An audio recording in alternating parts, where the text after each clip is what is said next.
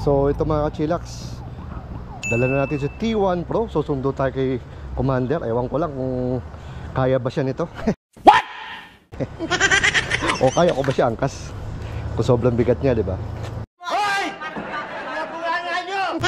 Kaya nga natin malalaman kung kaya ba. So press natin to. So press natin to para lumabas yung, ayan. So kanina kailangan pala ilabas yung parang rocket dito, rocket sign, para at least hindi siya nakalock sa 25. Oh, bilis-bilis na tong rocket na to. So ayan. Ito step through. Hindi tayo mahirapan. Kaya wag natin patupik-tupik pa. Let's go mga ka-chillax. Pantay na Osmeña Highway. Ingat-ingat kayo mga ka-chillax, kasi hindi biro ang Osmeña Highway.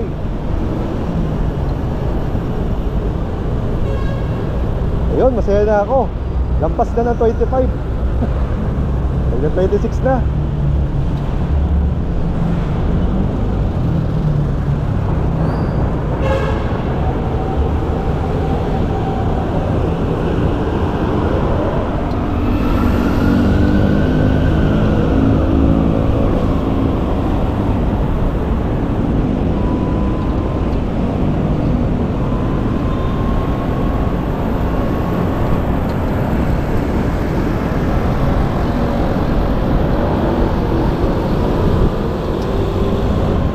Kaya nag-sport tayo 36.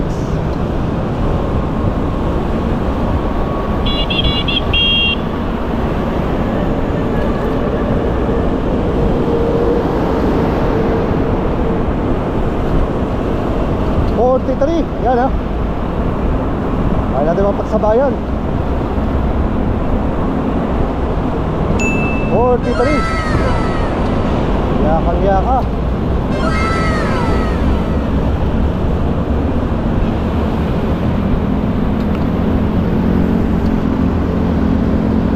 Bro, tingin na tingin tayo. Para sigurado. Pala ako nakatingin sa kaliwa ko. Iwan bro, grabe. Solid, ang solid.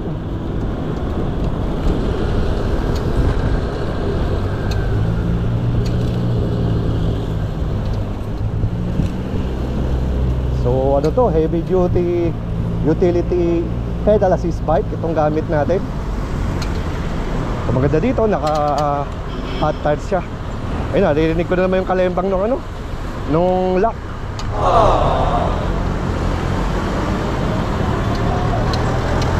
Limutan ko yung mga gears ko. Time lapse ko, tsaka yung mukhang uulan pa yata. Bahala kung umulan, Commander na lang.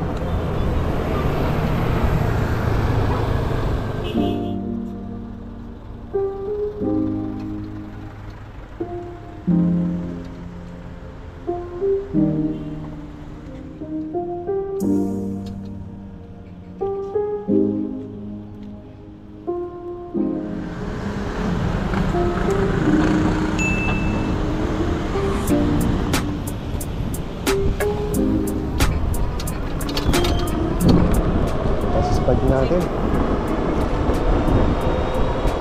So tabi lang tayo, tayo gigitna. Diba? Mahirap yung masyado tayong ano entitled, diba?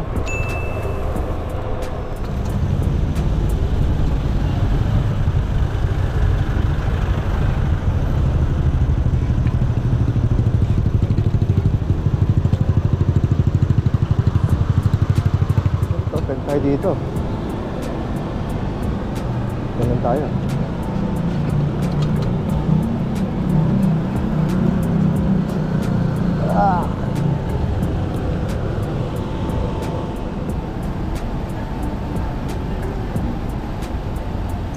So ito mga ka-chillax, subukan natin kung kaya nitong T1 Pro.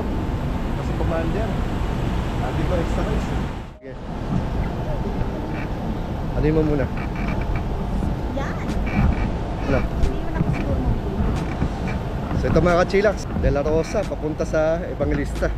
So tingnan natin kung ang T1 Pro ba practical din bang gawing service. At saka maganda ngayon na na-unlock ko na yung 25 kph. Ayan. Kaya let's go mga kachilax.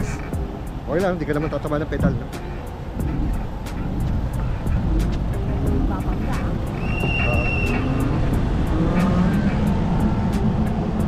Yun ang perks ng bike, mahal. Pwede yan. Siyempre sa tabi lang tayo, sa bike lane lang.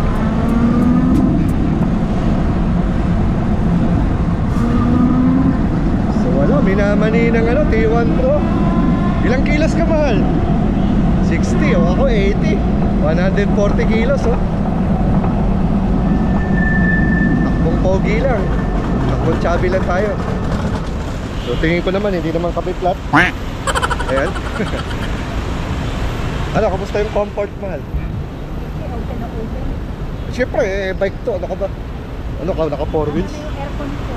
Oh, aircon. Wala ito, aircon. Tipid to, mahal. Walang walang diesel. Oh, diba? Fresh air. Galing sa mga sasakyan.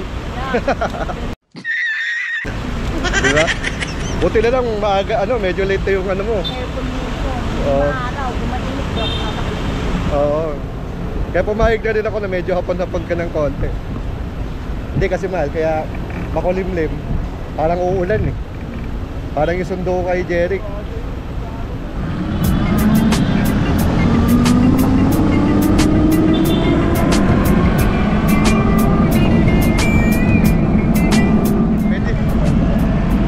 Pwede naman i-customize yung upuan, mahal eh.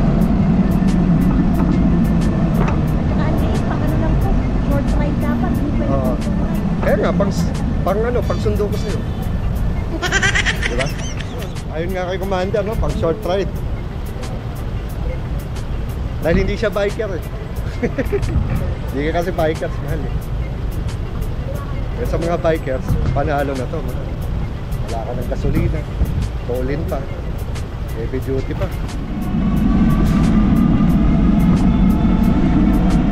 So since na hindi siya MTB type, medyo siyempre pagbabanking natin dapat maingat. Kasi mahirap mag-maneuver pag may angkas. Hindi tayo makapag-Fast and the Furious. Katulad pag solo lang. Side mirror yan. Ako naglagay ako side mirror. Hindi ko pa nakabit yung binili ko eh. Bili ako 3 peraso no?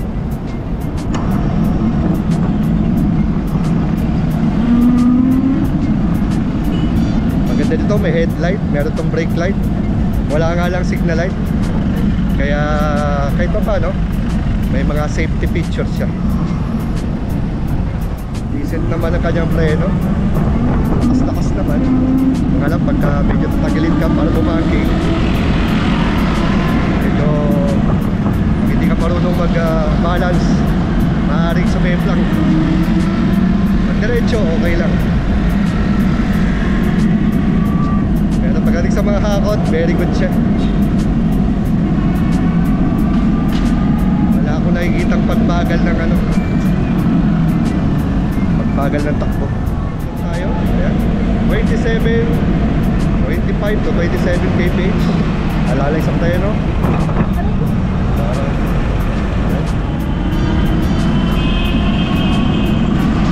Sa looban na tayo. Osmeña Highway.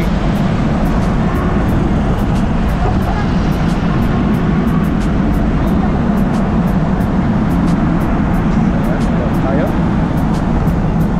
Mas safer, but slower. Tapos lang ang ride.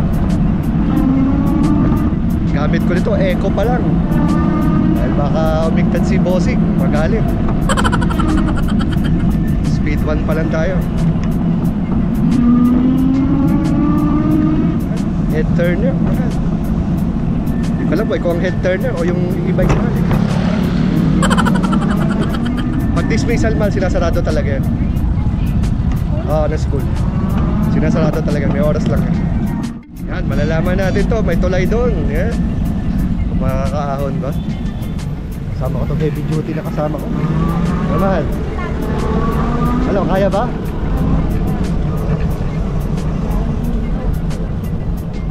Ayan. Hindi tayo iktad, hindi tayo pepedal. Ayan. Ayan, no? Eco pa lang to. So, kayang-kaya. Eco. Ayos. So, So recap tayo mga kachilaks. So kaya nabanggit ko yung about nung 25 kph kasi nung pinahiram sa akin to, hindi pa siya na-unlock. So nung na-unlock na siya, lumalampas na siya ng 25 kph. Kaya katulad dun sa nung nasa Osmeña Highway tayo kanina, ay kaya niyang tumakbo ng 36 kph. So ibigay ko ulit yung yung mga importanteng specs nito. Ito ay merong motor na 750 watts na kayang tumakbo ng 50 kmh. May maximum range na 150 kilometers. Ang charging time naman ito ay 7 hours galing lobat. So yung maganda nga dito, kahit na may angkas ako, hindi nagbabago yung power niya. Kung ano yung piga ko, kaya pa niya. Kahit isagad mo, kung isagad niya 35, 37, ibibigay sa iyo yun kahit na may angkas. Then pagdating sa preno, parehas disc brake front and rear, malakas ang preno. So hindi ka mag-aalala na baka hindi kayanin. Then yun nga, yung feeling ng isang cargo e-bike ay talagang ramdam mo. Pero ang kapalit naman nun ay sigurado kang matibay itong e-bike na dinadala mo. So mga nagtatanong dyan, ano naman ang cons? Siyempre, sobrang laki.